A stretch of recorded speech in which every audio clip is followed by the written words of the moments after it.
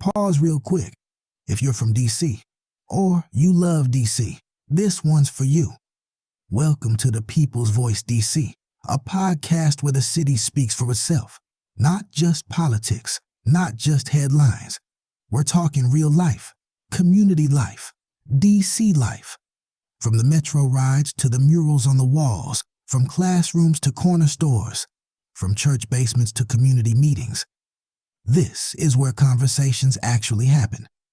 We talk about what matters: housing and money, mental health and healing, culture, music and creativity, faith, purpose, and finding your way, relationships, parenting, and growing up in the city. Yeah, we talk politics too, but only because policies affect our everyday lives. This show is presented by Rising Voices of Politics and founded by Reverend Michael Campbell with one goal in mind: give the people the mic. And when we say the people, we mean everybody. Young folks with big ideas, creatives with something to say, parents holding it down, leaders in the making, and anyone who's ever felt like their voice didn't matter. Trust, it does. No fake debates, no talking down, no boring energy, just real conversations, good vibes and perspectives that feel like home. Catch us live every Wednesday at 6 p.m. on YouTube and social media by searching The People's Voice, DC, or Rising Voices of Politics. Miss the live show? It drops the same night at risingvoicesdc.org, and you can listen anytime on Spotify. So whether you're on your phone, in the car, in the dorm, or just trying to feel connected, tap in, tune in, and be part of something bigger. This is The People's Voice, DC. The city, the culture, the conversation. And yeah, the people got something.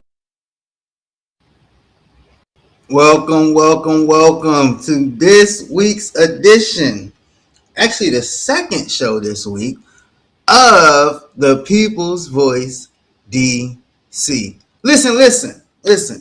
I got my brother Eric in the back, Ward 3 SBOE. But before we get started, I do have to talk about something. Y'all know me. It's something that's always going on, and I just got to talk about it. I just have to. And I'm going to put it up on the screen so you can see. Enhanced Games. The Enhanced Games. This is an Olympic-style competition where steroid use is legal. As a matter of fact, it's even encouraged and medically supervised, per se.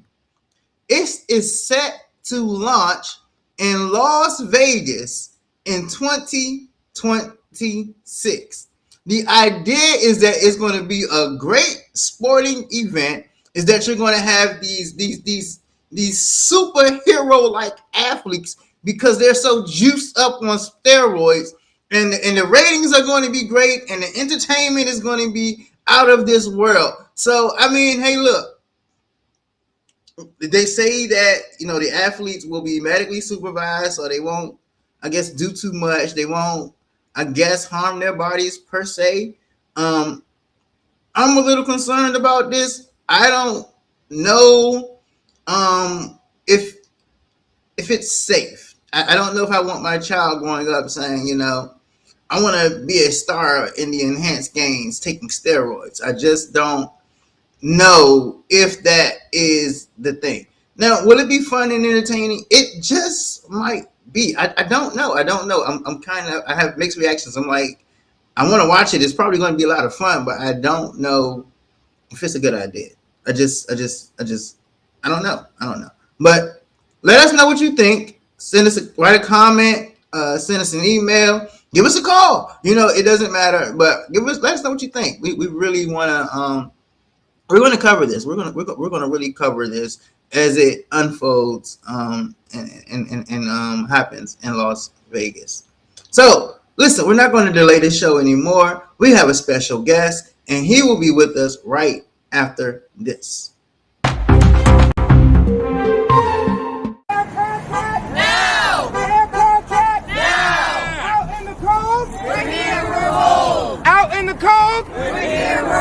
much. I'm Eric Goulet here, just the member-elect for the Ward 3 State Board of Education. I just want to be out here to support our teachers in terms of getting the wages they deserve. They've been 3 years without a contract. They've stuck with DC and stuck with our kids through a pandemic, and we need to make sure that we get a signed contract in place. So I want to support our teachers. We need to be able to retain teachers in DC, and one way to do that is having a contract in place that gives our teachers the pay to be able to stay in our city, supporting our students in the classroom. So I'm just glad to be here, honored to be with our teachers today, fighting for getting a contract in place.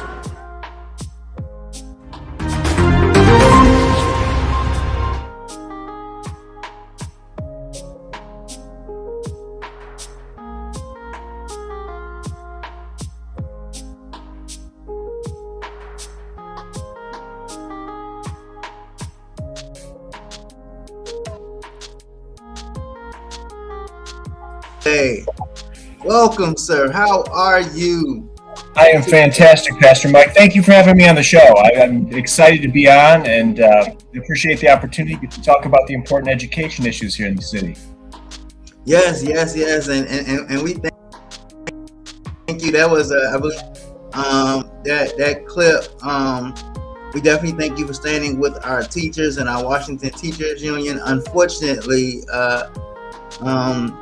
I'm no longer with DCPS, but I know at the time a lot of us were feeling very unappreciated and undervalued. And what contract we did get, we should have gotten a little better, and we should have gotten it much more sooner. So we definitely appreciate you for that. And thank you so much. And we at the state board did a resolution immediately following that March to encourage a resolution for a contract in a timely manner. And then soon after it was approved. So we were happy to support our teachers. The State Board of Ed always supports our teachers here in the city, and having a contract in place, helps retain teachers in DC. So thank you for putting that video on. And it's something that we really, as a board, support, and I personally support. Both of my parents were teachers growing up, so I recognize the sacrifices teachers make and the contributions they give. So glad to do it. Yes, sir. So let's get right into it, man. Mr. Goulet, State Board of Education rep. I do know that you had run for council before. I know that you worked with the great former council member and former mayor Vincent Gray. So I mean, just tell us a little bit about who you are and what led you down this path, and how you became the Ward 3 rep, and are you planning to continue this and run again? Well, so when I graduated from law school, the only place I wanted to go was DC. I came to DC wanting to get involved in public service. And my first job was actually working for Councilmember Sandy Allen, who was the Ward 8 council member at the time. I worked on her Health and Human Services Committee and really enjoyed that. I then moved over to the Finance Committee and then decided to run for, a lot of people forgot the first run for council was actually back when I was just 28 years old. I was on the Committee on Finance and Revenue, and that's where I met Vince Gray. I was out on the campaign trail and got to know Vince really well. And then he won the chairman's race. I wasn't successful in the Ward 3 council race, but he asked me to come on as budget director. And I'd worked for Vince, who you and I both respect, for 15 years after that. And I think the world of him. He is everything that a public servant should embody. Hard work. I mean, Vince works 16-hour days, and just a real passion and love for our city. So that just got me excited and engaged in public service. It's what I want to continue doing. I love the work we're doing at the state board to represent our students here in the city, to empower student voice, to try to improve conditions for our teachers, and try to make sure that every student in DC graduates with an education that will set them up for success in college or career. So I do plan to, to run for re-election for State Board of Education.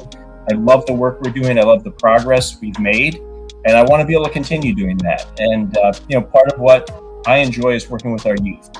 So we're going to have a youth engagement summit just today, where we're going to hear youth voice from across the city, and then take that voice and figure out then what policies we need to recommend to the incoming mayoral administration on how we can do better here in our schools. Yes. I actually will be in Ward 7 tonight at our educational forum with our council member as well. That will be at the Maya Angelou School this evening for those interested and able to attend. But you talked about continuing the work, and so I actually put this graph up for another guest on our show, but it's so relevant. Ward 3,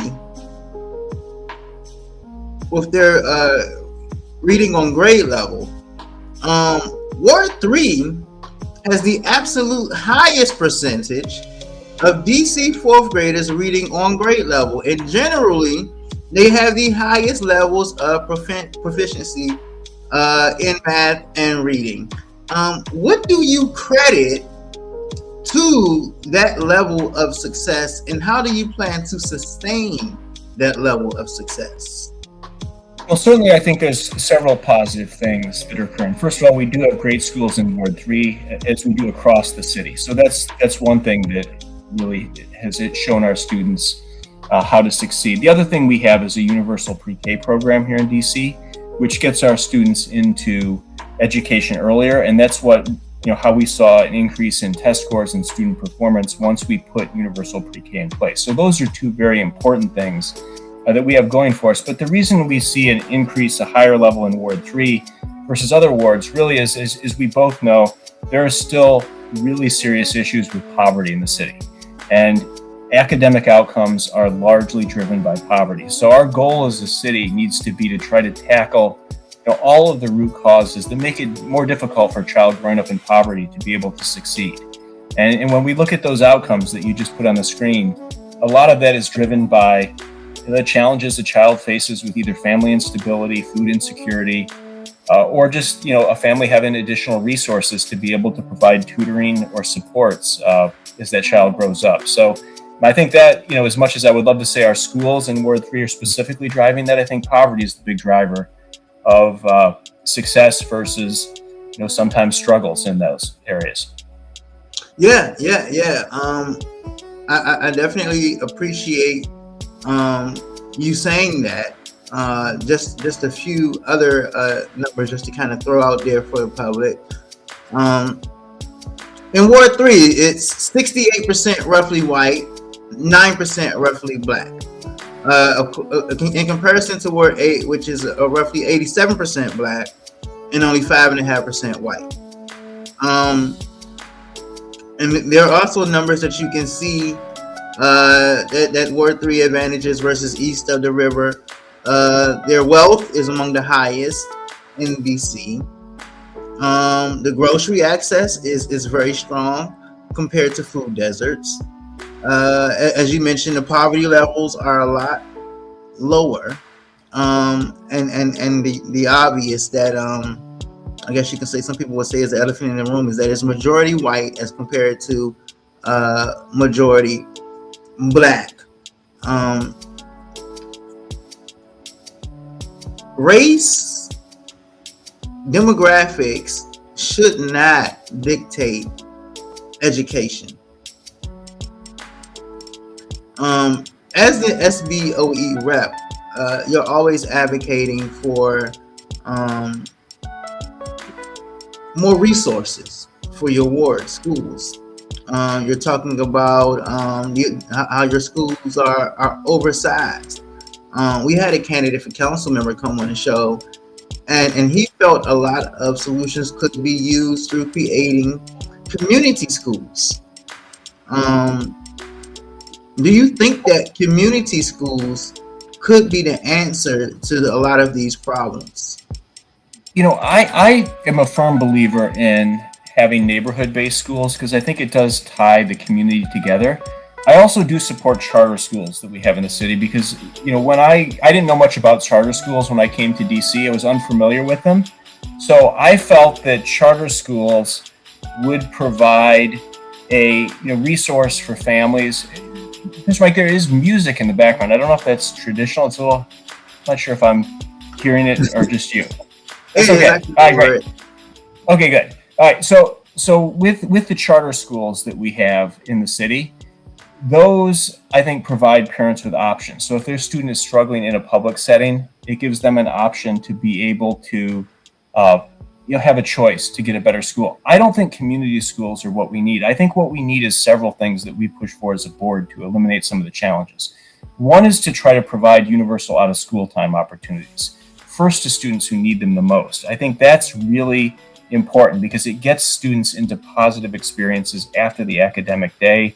It gives them something to get up for, and it prevents them from going off and getting into trouble after school hours.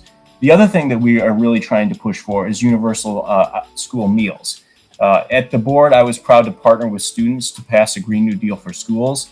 Part of that was to provide universal free school meals for all our students. And then lastly, the other thing that we really need to try to focus on is the Birth to Three. Is somebody we both know with Vince Gray, was the author of the Birth to Three legislation at council. I was fortunate to be able to work for him as we drafted and funded that. And his belief was getting children into an educational, supportive, positive setting as early as possible is what we need to do in the city. So I think what we need to do next, the next step, is to complete the work we had on universal pre-K, making sure we bring pre-K for 3 and 4-year-olds to Ward 3, which we don't have yet, and then making sure we expand Birth to Three access throughout the city so that no family in the city pays more than 10% of their income on childcare here in the District of Columbia. I think that's something that will really help level those wide disparities that you see right now and allow students who may be growing up in poverty to have a lot of the same resources and chances that a student who's growing up in wealth has here in the district. That's an interesting take. I totally love that. I actually teach poetry during out of school time where I work at Monument Academy myself. That's amazing. But I do think that it's under resourced. I think that there are opportunities. There are times I want to take my kids on an actual poetry recital, or I want to do things. It's out of school time, but it's still at the school. And sometimes kids want to get actually out of the school. And that's a lot of times why they would choose not to participate in out of school time activities. And so I do think that it's under resourced and underutilized by far. Yeah, and you talk. I know you've been following the curfew discussions too. I mean, I think the point you just raised there gets to the point of the curfews too. Is we need to find things youth can do that are positive, that aren't necessarily in a school or DPR setting. Like just trying to incentivize fun, affordable activities for youth to be able to do, so they don't have to go do other things. Like for me, I mean, having roller skating, a climbing wall, independent activities, gyms, dance clubs, all of those things that if you can gear them towards youth, you would provide affordable, fun things for youth to do in the city. And we don't have those right now. I feel like we've really lost a lot of those touch points where youth can go interact with each other in a positive setting that's geared toward youth. And I think what we need to do is try to incentivize through some of the tax abatement resources here in the city, those businesses to be able to get them, to open up in the city and to be able to maintain a positive environment for kids. So those are the types of things I think we need to do rather than just focusing on the negative of the curfews, trying to find positive things for our youth to do that they enjoy. Well, no, it's interesting that you that you bring that up. There are it's very obvious that I am in opposition to our curfew extension, should I say, our curfew zones, should I say. DC has always had a curfew law. I'm in opposition to how we've been using it lately, should I say. But the conversation is centered around, when we talk about this topic, a lot of our city's resources are going to MPD. And those resources could be used for the youth. Now, I want to bring up a tweet that you had tweeted on May 4th. It says, These officers have to work mandatory overtime because our council pushed to freeze hiring and pass a series of anti-police laws that discourage new recruits from considering DC crime soared, and now everyone is trying to explain that away as a national trend. The crime crises, in which hundreds more DC residents lost their lives, didn't happen due to trends. It occurred because intentional decisions were made to pick loud, radical voices, even though decades of evidence showed cutting and demonizing police would increase homicides.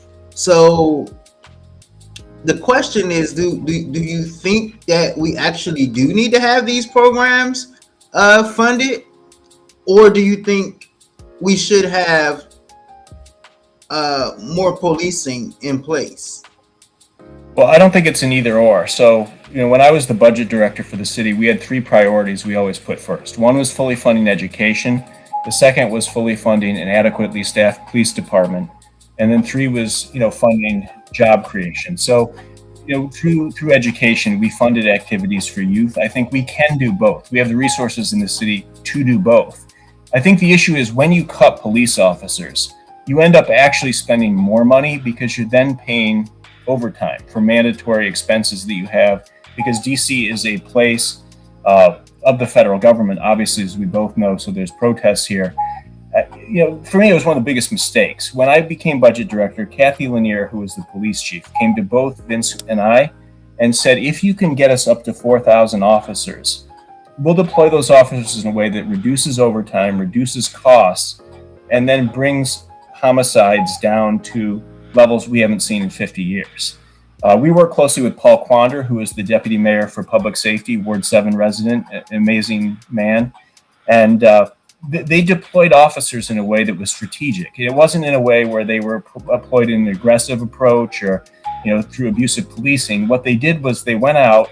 If there was an incident in the community, the chief would make sure that had extra resources then the following night to prevent retaliation, because a lot of the homicides you saw started from something that was occurring earlier. So then you ended up with a situation where we brought homicides in the city down to 101 per year on average, and that includes the tragedy at the Navy Yard. So it would have actually been under 100 a year had that tragedy not occurred. And to me, going back on those proven strategies that we did not make sense. And it cost a lot of lives in the city. And I don't think it saved money. It certainly, cost innocent residents their lives. So for me, it's not either or. I think you can have an adequately funded police department and have youth programs for kids. And I think having a police department that's fully funded actually saves money because you're not spending it on overtime. So that's my take on it. I think I'm trying to move past what I think were a lot of serious mistakes at council and focus on the here and now with it. But for me, if you don't have a safe city, you're going to lose revenue and you start a downward spiral. So I think we've seen large improvements, but we still have a long way to go to rebuilding trust with police officers who felt like they were demonized and targeted really for no reason. Is it possible to fully fund the police without gutting necessary programs? Because that's what has been happening. We have had to make a choice of it seems like the mayor has been making a choice of either money to the police or essential services that our at-risk youth and our at-risk adults need. I think within the budget, there's money for both. I mean, I think you do have to look at the budget. You have to scrub it for waste, fraud, and abuse. But I will just say, reducing police in terms of numbers ends up costing you more in terms of overtime, because you're then paying time and a half, but you still need the same coverage. So you get worse service, end up paying time and a half for it, and then you have a less safe city. So I think the way to do this is to set out the priorities. Obviously, for me, always public education services for youth are number one, as they were, when I was budget director, working for a man who put them number one too. Public safety has got to be funded. And then you look at job creation, economic development incentives for the city. Those are the things you fund first, and then you see what else you can do here in the district. And we face a lot of challenges here in the city. with the federal government contracting, shrinking down. So we've got to be very mindful about how we're spending our money, how much we're borrowing, and making sure that we set forth a sustainable and responsible path for the city. And I don't see it as either or for those things, because I think both end up saving money in the long run. If you can keep kids out of trouble and you keep the city safe.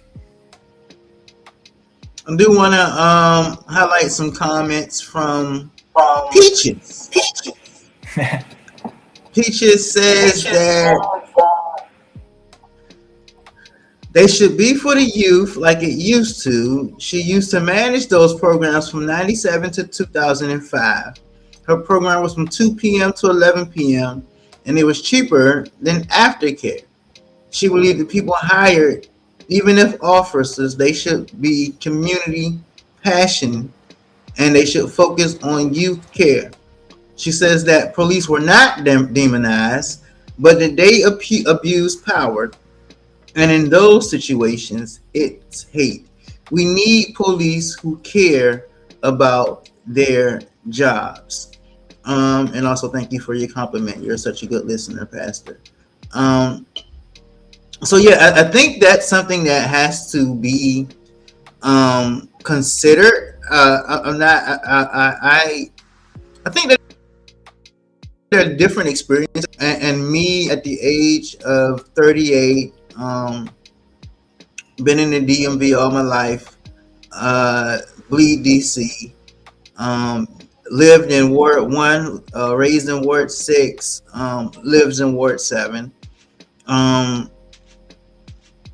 I have never, and I have to be completely honest about this, I have never had a positive officer interaction. I'll take that back. I have one officer who's a Ward 7 officer who the whole community knows.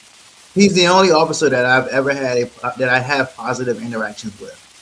Any other time, even leaving church as a pastor, just preaching, I have any other time I have had an interaction with an officer, it has felt so demeaning, so demoralizing, and just almost intimidating. If I wasn't another person, I'd feel intimidated, but I don't. And so I kind of try to always understand the other shoes, always understand both sides. But often when we talk about safety, I do believe that we need safety. I do believe that we need officers. When we're talking about 4,000, I'm always kind of leery because it's like that's more opportunities for me to be harassed. There's more opportunities for people to follow me around and look at me. There's more opportunities for people to just stereotype me and profile me.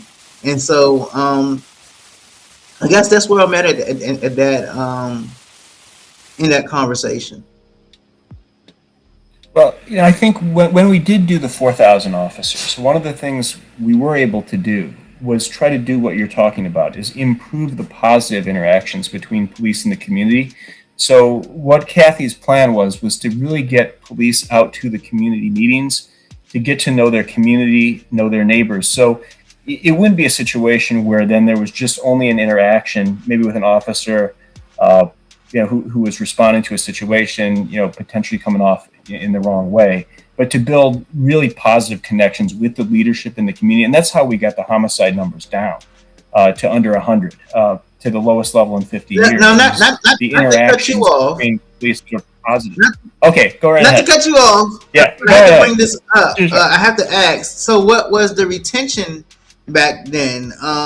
Because the issue now is also, we may have an officer that's assigned and they may come out to community meetings for 2 or 3 months, and then it's all of a sudden a whole new commander or a whole new lieutenant, and it's like, as soon as we start to develop a little bit of relationship and start to kind of trust this person, he's gone. We had to try it all over again with another person, and it's very hard to establish that kind of trust that you're talking about that way. So how did Gray retain the officers? Well, one thing we did is we increased pay. We had an incentives in place to retain officers. But the other thing was just really having a positive climate generally, where officers, felt like they could do their job, and they could do it in a way that was professional and that it achieved results. And everybody was in it together. And what we saw was, many lives saved from that. Homicides, as I say, dropping to the lowest level in 50 years. And I think what we need to do in the future is I think we're facing a retirement bubble. So that is one challenge. We have your older officers who are retiring. But then also trying to create incentives for teachers, police officers to stay in our city. Because what you'll have happen a lot of times is, you'll have a young officer, a young teacher come in, serve maybe 5 years, but then they want to go buy a house. They want to get a yard. So then they move out to the suburbs. So offering housing incentives through our programs that are more generous than they currently are now, that really allow officers, that allow teachers and other professionals that we want to have living here in our communities, to be able to stay here, I think is really important. And that's how you get that continuity that's going to be important in the community. And you build those relationships that then last over time, because then the officer is living with the people they serve. That way the teacher is living down the street from the school they work at. And those are the types of interactions that we really need to build. I agree. And as you mentioned, it's the same exact issue almost with our teachers and our education. Before we move on to the next topic, I do want to highlight Peaches had a couple of more comments.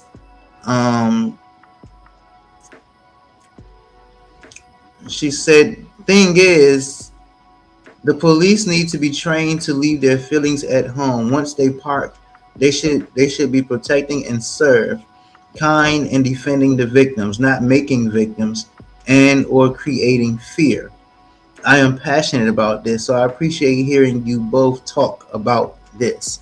And we also appreciate your comments as well. I know for me, I definitely always welcome the interaction and always welcome questions, comments, text messages, phone calls, emails. It doesn't matter to me whether it's a critique or something that you agree with. It really doesn't matter. So I definitely appreciate that.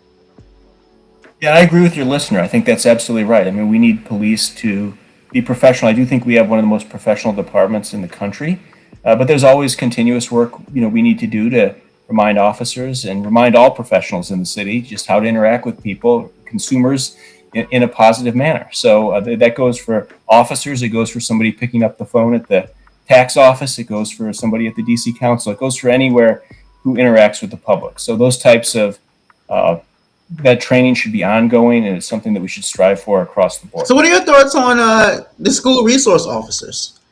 Are you a supporter of the school resource officers in our schools?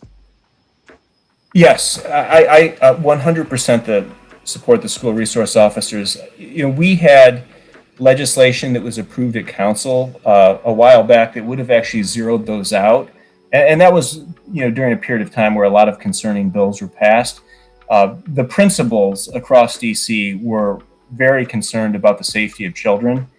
They came out and testified at council hearings in mass, in a way I hadn't seen before, to express concern that this was going to put students at risk. I feel the school resource officers are fantastic for several reasons. First, it's a volunteer program. So it's police who want to get involved, who are interested in working with youth. There's special training for that.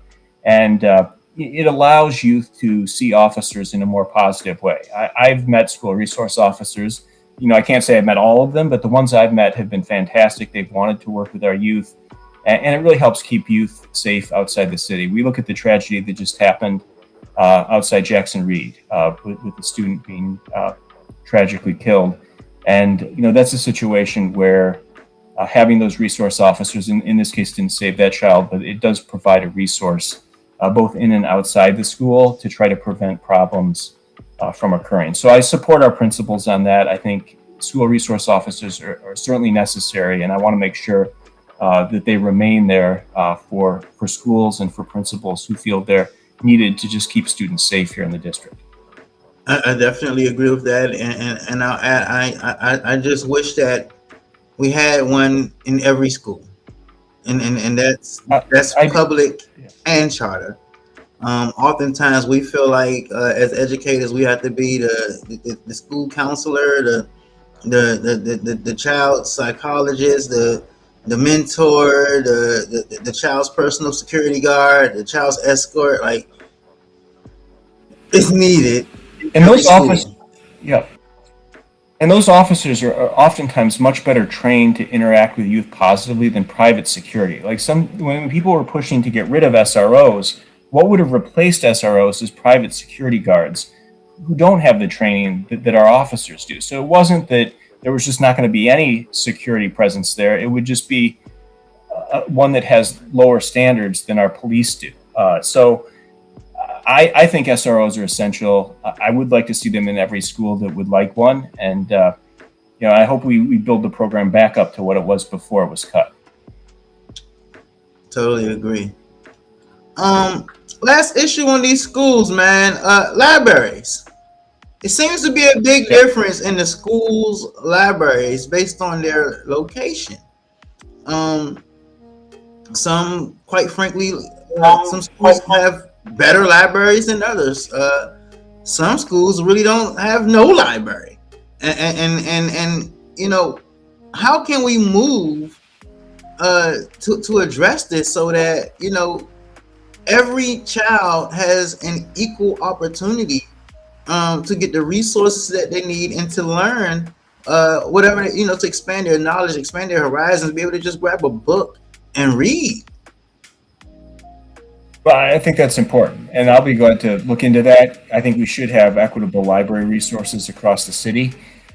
Some of that may be a function of the size of the school, because obviously it's funded through a per student funding formula, but I think we want to see a librarian at every school. We want to see resources for students to be interested in reading. One of the things we're working on at the board right now, a resolution I've authored, is trying to make sure that we teach reading of full-length novels to students in junior high and high school, to make sure that we're not preparing them for taking a test, we're preparing them for life, whether that be college or career. So I think having resources in the school, reading those novels in class, and developing a love for reading that's going to translate into success in college and later in life is essential. So I agree with you on that.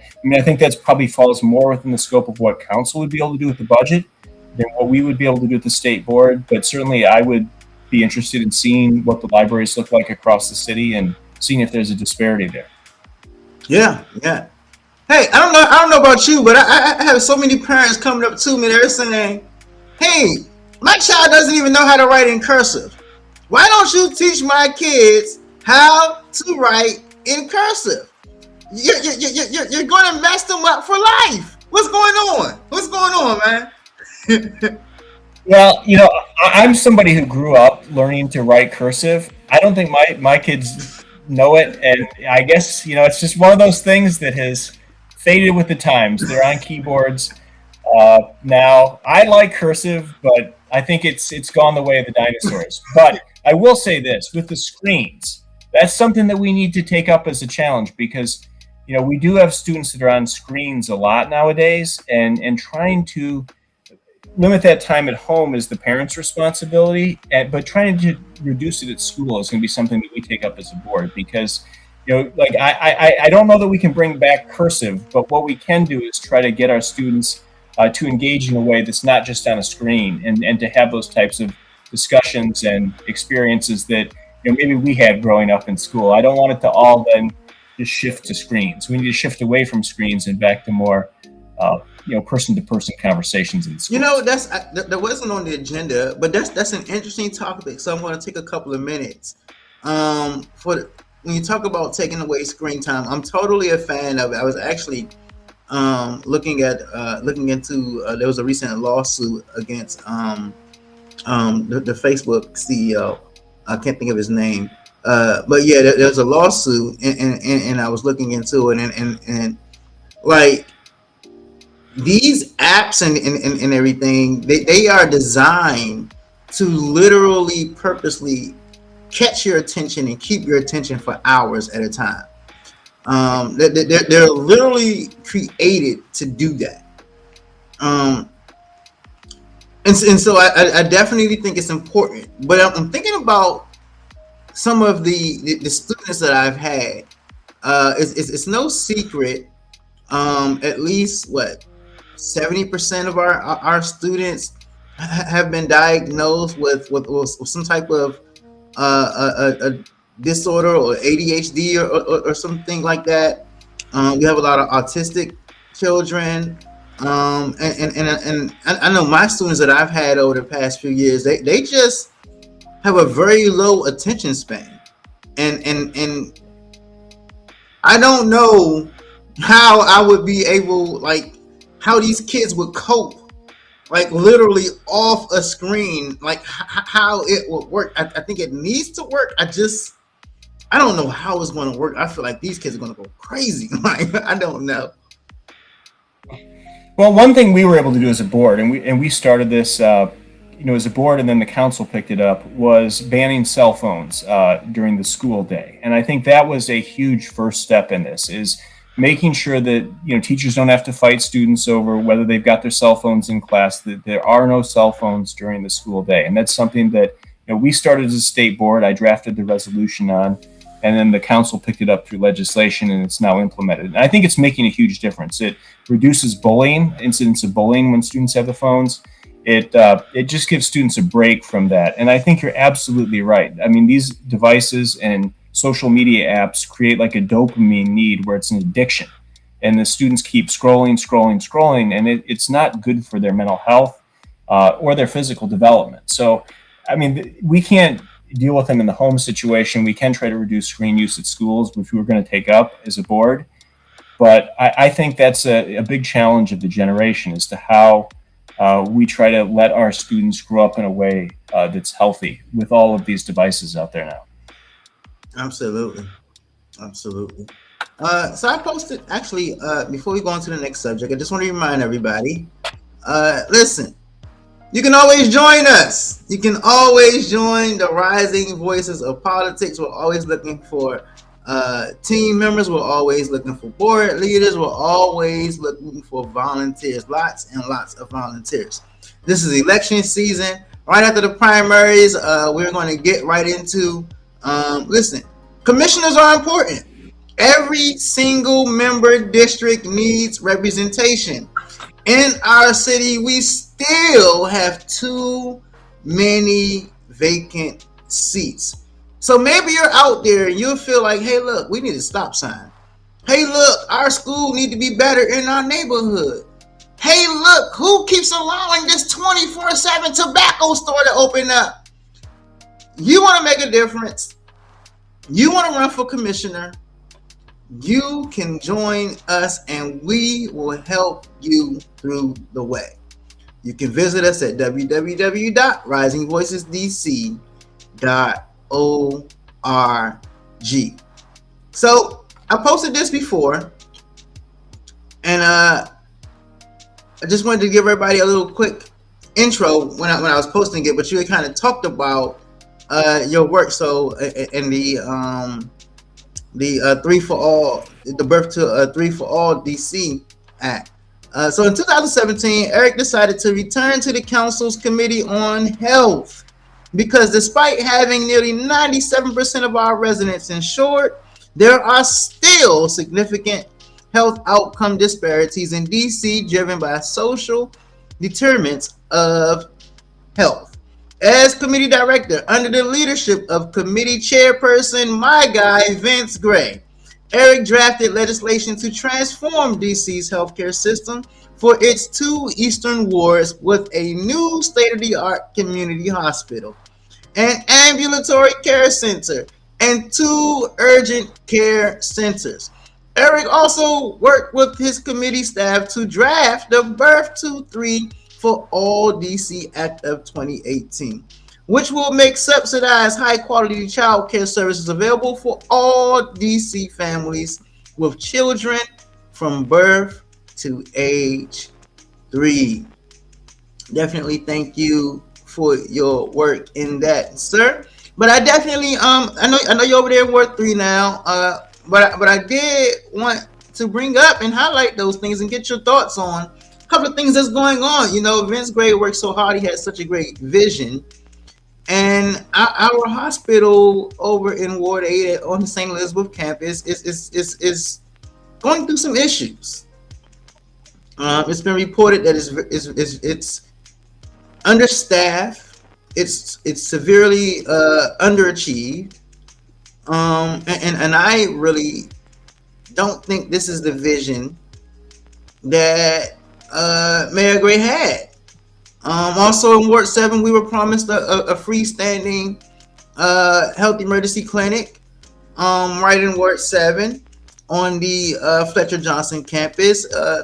As you may or may not know, it's been delayed, and now I think it's supposed to open up in another year or so. Meanwhile, I'm looking at TV and I see a commercial, and I see the new CEO of the hospital and all these promises. Man, it feels like it's just been a disservice to the mayor. What are your thoughts, to the former mayor? What are your thoughts? So, yeah, I mean, this is the reason Vince came back to run for council. It was his passion is to try to put a new state-of-the-art, full-service hospital on the east side of the city with interconnected ambulatory care centers, as you mentioned. Now, I worked as general counsel at United Medical Center the last 2.5 years of its time, which, I mean, had amazing people working at it, really like a passion for delivering healthcare. The challenge with United Medical Center, as I saw firsthand, was the building. It was, a failing building at that point. It was built for an era where you went in for a week or two for an inpatient procedure that nowadays is outpatient. So it was way too large. It needed to, the building was falling apart. The physical systems were very old and required a lot of maintenance. So having a new state-of-the-art building is essential. So that needed to be done regardless. There needed to be a new building, and I think we have a beautiful building there. The building itself is amazing. Now, I do share the concerns you've raised, and I've heard from many people about the rollout being very problematic, not having enough staff ready to go. And that needs to be addressed. I mean, I think it's up to the administration, both the current administration and whoever the new mayor is, to hold UHS accountable for the commitments they've made. And if they're unable or unwilling to provide the quality care that they promised, then they need to look at another operator.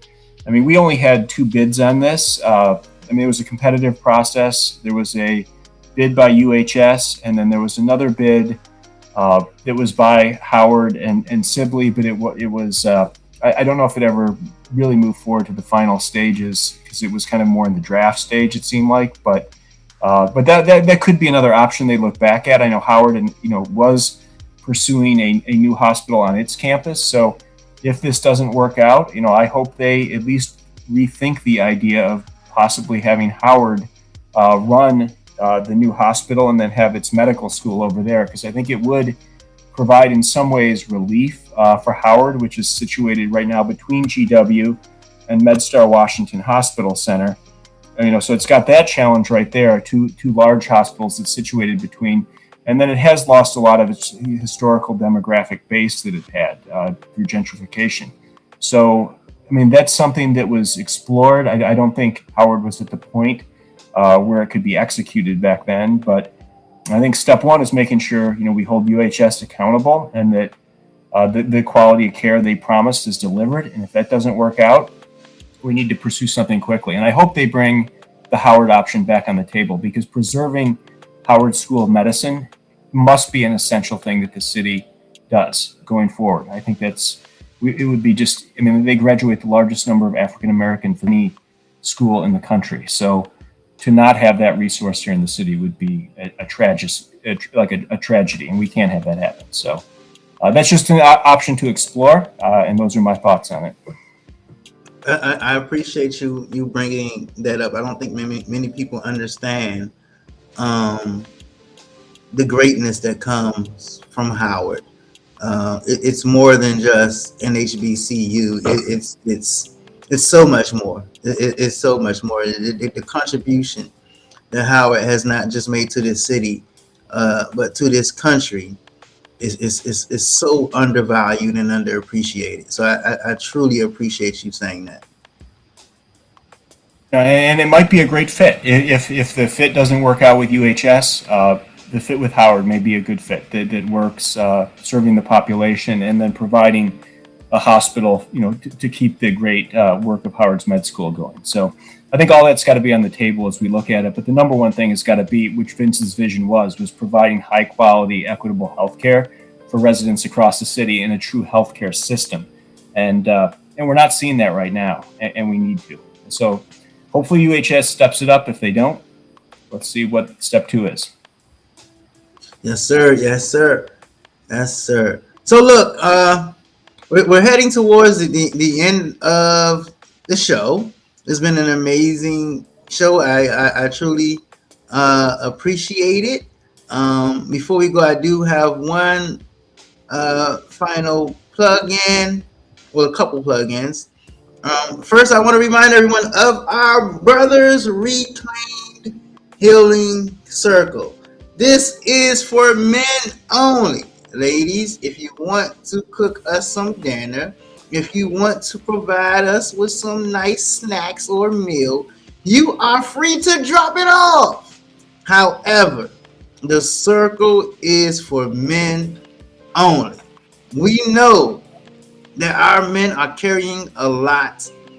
We know that our men have some healing to do. We have grew up with some traumas that have gone unattended for so long. We are providing a safe space. Of course, this will be led by yours truly, myself, Pastor Mike.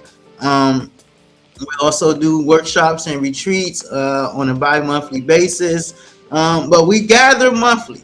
So listen, our guys out there, don't feel embarrassed, don't feel ashamed. This is a no judgment zone. It's a very discreet location, and we make sure no one, is covering us. We're not going to put anything on social media or anything like that. We just care about you and your healing. So if that's you, if it's your son, if it's your brother, if it's your nephew, if it's your cousin, hit me up, send us an email, give us a call, shoot me a text, and let's get this city healed together. In addition, we cannot forget this June 19th, our Ward 7 Juneteenth parade is happening. We will start gathering at 9 a.m. and our parade will start at 11 o'clock a.m. That is not 11 o'clock colored people's time. That is 11 o'clock p.m. on time, meaning we will start putting one foot in front of another foot at 11 o'clock. So don't you get left behind. Make sure you are there. They don't say it anymore, but when I was growing up, we would say, be there or be square. Mr. Eric, I really, really appreciate you. This was a very, very, very awesome show. As I mentioned before, we love to have you back to talk about some more specific school issues, because I'm in education, so there's so much to talk about and that we can cover. I would love to come on anytime. I mean, we're working at the board on issues like making sure we have universal school nurses, like expanded authority for our board. I mean, I would love to come talk about it with you anytime. And thank you for the service you do to the community. I mean, you really bring the message of Vince of one city together. And I just appreciate you a lot, Pastor Mike, for the positive way you approach everything. I truly thank you. That when you said one city, I just had an instant flashback of that logo that you had. It was like awesome logo. I'm gonna use it for November, so we'll use it again, because it means more than just a logo. I mean, it was what Vince lived by and what you live by. I'm trying to really bring the city together and trying to make sound, positive choices that lift up everybody here in the city. And that's what one city is, and I think it's something that we need right now. Yes, Indeed. Also, you're talking about out of school time. I have been organizing, trying to get a midnight basketball league launched for our youth to have something to do other than getting into to mischievous activities and possibly crime and other harmful events. So I would love your thoughts on that. I'll shoot you a text or inbox, and I'll shoot you the flyer and ask you for your thoughts and insights. Well, I'm fully supportive, and I'd love to even come to an event sometime. So if you need any help, trying to make connections on it, that's the type of thing we need to be doing for our youth, is providing those activities. So thanks again for leading on that, and I'm here to help. All right. Thank you. Listen, that's it, people. That's it for today's show. I do want to send a special thank you to I hate to say it, X. I'm so used to saying Twitter, but I want to send out a special thank you to X. I thought that I was more popular than anything on Facebook. I really thought that was my calling card. Facebook was where I belong. But we have had the most views consistently for the past 6 months come not from Facebook, not from IG, not from TikTok, not from YouTube, but it came from you guys on X. You guys are the hero. Listen, we want to do more. We want to expand more. We plan on having a community day out in the field this summer where we're going to have a special nice book bag giveaway and everything. So listen, we need you. I don't do this often, but today I'm doing it. Make sure that you scan to donate. Make sure that you scan to support.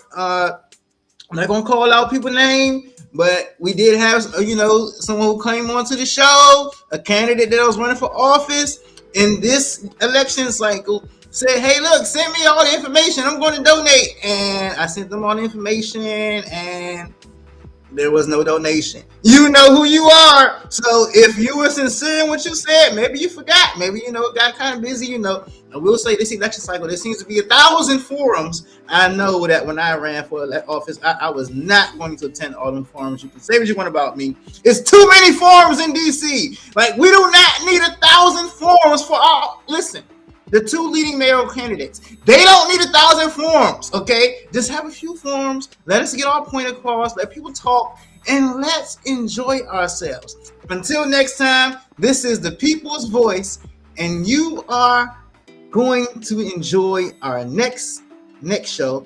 We're going to talk about trees in DC and how we have planted so many male trees, but not enough female trees, and what that is doing to our people in our communities. I'll see you next time. Goodbye. All right, real quick. If you've ever yelled at your phone like, "Man, why nobody ever talks about this?" Congratulations. This podcast is for you. Welcome to the People's Voice, DC, where the city finally gets the mic. And nah, this ain't one of those podcasts where everybody sounds smart, but nobody actually saying anything. We talk real life, DC life. The kind of conversations you have after work, on the metro, or when the group chat gets serious out of nowhere. Yeah, we talk politics, but don't worry. Nobody yelling over each other. Nobody reading off cue cards. And definitely nobody pretending they got it all figured out. We're talking housing, money, schools, mental health, culture, faith, purpose, relationships. Basically all the stuff that actually affects your life, but somehow never gets explained right. This podcast is powered by Rising Voices of Politics and founded by Reverend Michael Campbell. But listen, you don't gotta be a politician, a preacher, or an expert in nothing to belong here. If you got opinion, questions, or just a story to tell, you already qualify. And the energy, chill, honest, a little funny. Sometimes deep, sometimes light, but always real. Catch us live every Wednesday at 6 p.m. on YouTube and social media. Miss it? Cool. It drops the same night at risingvoicesdc.org, and you can listen anytime on Spotify. So whether you're outside, inside, commuting, procrastinating,